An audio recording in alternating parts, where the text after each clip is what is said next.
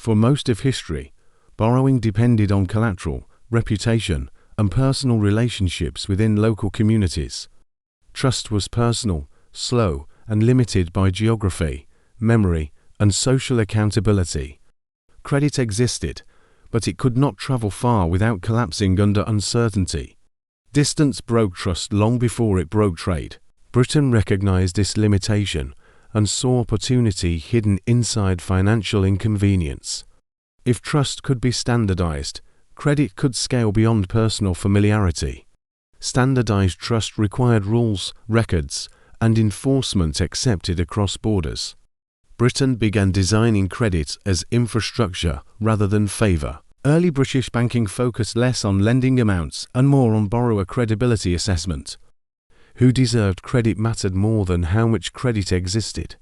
This distinction transformed lending from commerce into governance. Credit became judgment.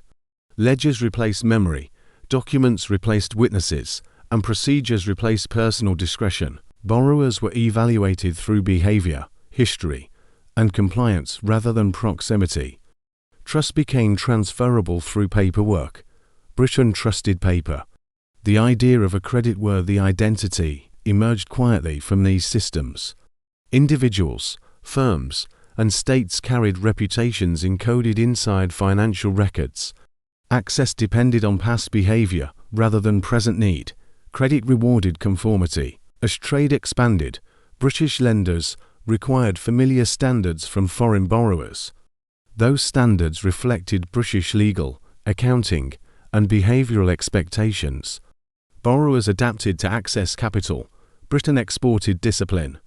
Credit assessment evolved into filtering mechanism, separating acceptable participants from risky outsiders.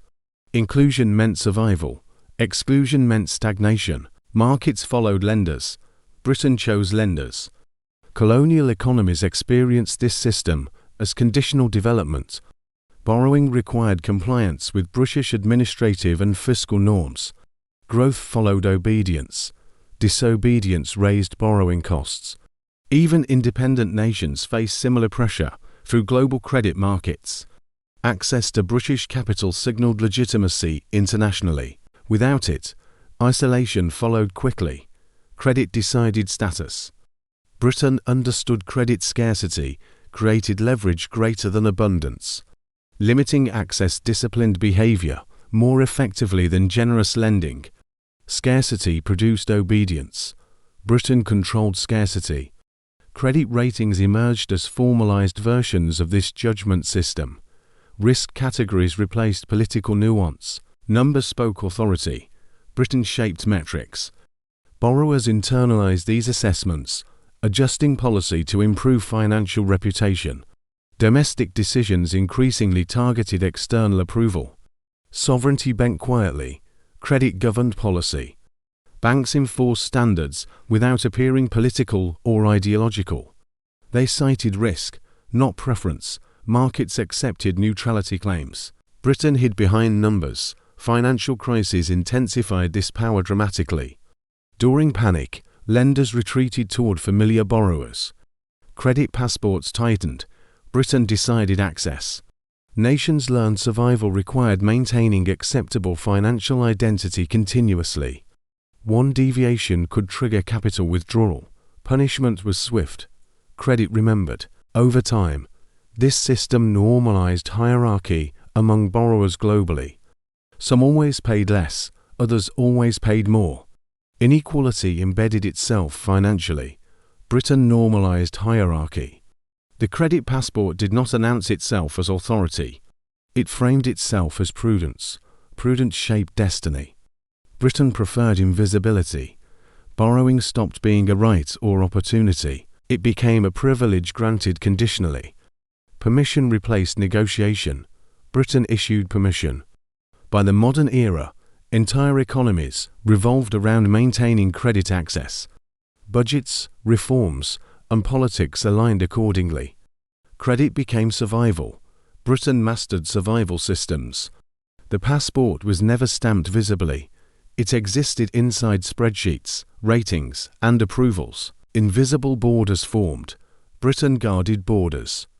and once borrowing requires permission, power belongs to whoever grants it quietly. As credit passports matured, global finance reorganized itself around borrower classification systems quietly and efficiently.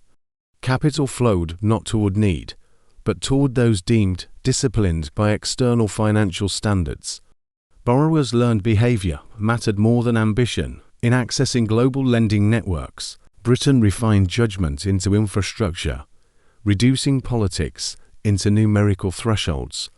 International institutions adopted similar frameworks, amplifying British credit logic across continents. Eligibility replaced sovereignty as the foundation of financial participation globally. Approval determined survival during crises, not domestic democratic priorities. Britain shaped approval mechanisms. Financial markets enforced credit discipline faster than governments ever could. Bond yields punished deviation instantly, rewarding compliance with lower costs.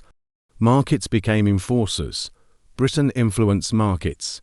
During crises, credit passports tightened, exposing fragility beneath economic growth narratives. Access vanished suddenly for those deemed unreliable by lenders. Liquidity dried quickly. Britain observed consequences. Governments facing exclusion adjusted policies to regain credit access urgently. Social spending shrank, reforms accelerated, austerity followed. Domestic pain followed external judgment, credit ruled.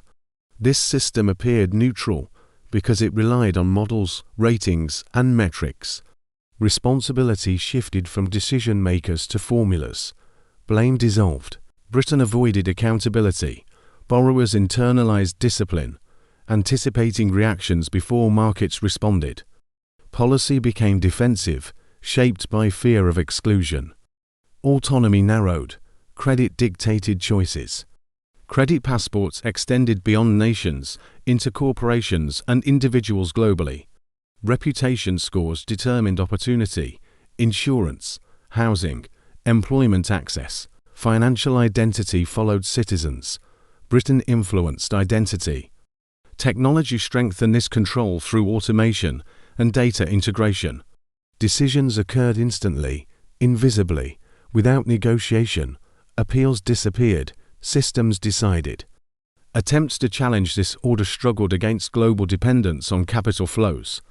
Alternatives lacked scale, trust, and liquidity simultaneously. Borrowers returned reluctantly. Britain waited. The credit passport endured because it aligned efficiency with authority. Permission replaced debate. Numbers replaced consent. Control felt technical. Britain mastered technique. If this story changed how you see borrowing, power, and permission shaping modern economies worldwide, remember, access to credit often decides destiny more quietly than elections or wars. Subscribe for more untold histories where money governs without ever asking consent. Because the next approval may already be deciding your future.